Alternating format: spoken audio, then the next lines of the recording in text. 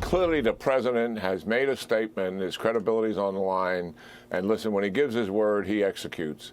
And that is simply to hold the people that are accountable for what they have done to their own citizens in killing them. That is his promise to the people that have been on the street out there willing to risk their lives, and in thousands of cases, that is exactly the tragedy that has taken place here. That was a really good interview earlier today on Fox and Friends with General Jack Keane. He said a lot of things there, and it sounds like he's bullish on the action right now in Iran. The question is, what do you do, and how do you make it effective? Again, Iraq to the west, Afghanistan to the east, Tehran, the capital city. This is the positioning now for the main aircraft carriers the United States has. The Ford is off the coast of Venezuela. The USS George Washington is here in the South China Sea. We've got another group off the coast of San Diego and one off the coast of Virginia. For all of these assets, it would take about a week to get in position here off the coast of Iran and the Persian Gulf. This is a list now, about 18 different bases, military bases that the United States runs through southern border of Turkey into Iraq and all over Saudi Arabia and Oman. So that's our positioning. Here's Kurt Volker, former U.S. ambassador to NATO. In fact, he's in London today, getting a sense of what the Europeans are talking about. Sir, I want you to address what Jack Keane is saying there, but listen to Lindsey Graham on Thursday on The Hill. Watch here. Okay. People are being slaughtered in the streets. If that's not a distraction, that's a moment where we need to act.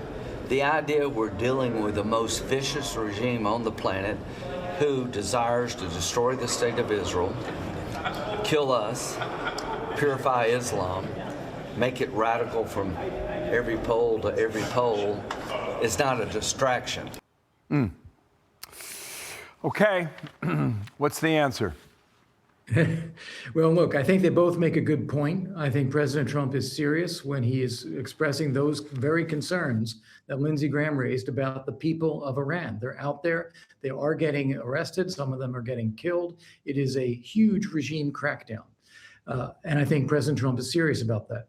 As you pointed out, the assets are not all in the region, but even more to that point, if you're in President Trump's shoes, you're saying, what can I do that is effective? I mean, I can launch military strikes. I can hit some of the regime headquarters. Maybe I hit the Ayatollahs. Maybe I hit the governing leadership or the security services. Does that topple the regime? Do they strike out against U.S. presence, U.S. forces in the region, all those bases you pointed out with terrorist attacks? What can I do that I know is going to be effective and that will actually help save those people? Thus far, what President Trump has done is make the threat, try to get them to stop killing people. They did stay some of the executions that were supposed to happen. But then we've got to put some assets in the region. We've got to have a military plan that we can see through from start to finish. And when I say start to finish, I know President Trump doesn't want to do regime change in the sense that we own it, that we are responsible for governing Iran or occupying Iran. He doesn't want that. So it's got to be a limited capability that empowers these protesters to form a different kind of government. Yeah, one more thought on this. I want to ask you about Venezuela here. What you're saying all there is that this is hard stuff. And I just wonder, like all the criticism directed toward Barack Obama when he missed the window, how much does the president right now think about that? I bet he does. Well, I don't think that he compares himself to Barack Obama, to be honest. I think he thinks he is far advanced on that. And I think he is serious, that he is actually willing to use force. He's shown that in Iran already. He's shown that in Venezuela. He's made noises about other places. So I think he's willing to use force.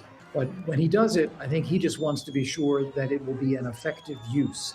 And I don't think we have that in place right now. Okay, on Venezuela, here we go. Machado was at the White House yesterday and offered her Nobel Peace Prize to the president. Here's how she said about that, described it. Shared with President Trump my profound trust in the Venezuelan people. And I told him that, please trust the Venezuelan people. We are people that love the United States of America. We want to have our children coming back home and work together for the security of the whole hemisphere. And I wanted to convey this to him. Okay, so the facts on the ground are thus, on the water, I should say, not on the ground. At least half a dozen vessels have been seized off the coast of Venezuela, going back over the past 2 weeks. It seems quiet. Quiet would apparently be good. be a good thing. Do you see it the same way? Well, I think what I see is we've gotten rid of Maduro, but the regime is still in place. The regime still has a stranglehold on the people, and then we are trying to keep a stranglehold on the regime to get them to do what we want to do. So far, we're starting with baby steps. This is working a little bit. We've been able to control oil flows. They've been able to sell some oil. They've been able to get paid for that. So we're exercising that kind of control. What we really need to see, I'm so glad that President Trump met with Machado. We need to see someone who the Venezuelan people trust and want as their leader, and that Venezuela can again become a normal country. We don't have a plan in place for that right now, but at least where we are so far, Maduro gone, a stranglehold on the regime, trying to work with them.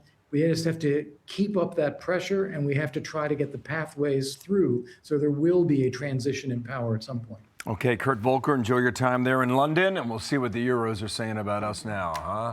Thank you, sir. Kurt Volker, thanks for your time. Take care, Bill. Thanks. All right, you too. Thanks. I'm Steve Doocy. I'm Brian Kilmeade. And I'm Ainsley Earhart. And click here to subscribe to the Fox News YouTube page to catch our hottest interviews and most compelling analysis.